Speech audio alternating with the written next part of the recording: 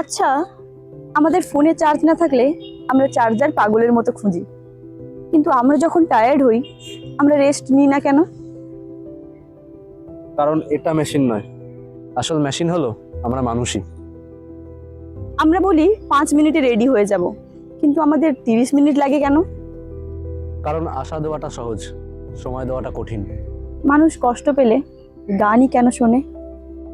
কারণ নিজের problem explain করার এনার্জি থাকে না, তাই গান সেটাকে এক্সপ্লেন করে দেয়। আচ্ছা, আমরা ডায়েট কাল থেকে শুরু করি, আজ থেকে নয় কেন? কারণ future version of me motivated, আর প্রেজেন্ট ভার্সন হাংরি।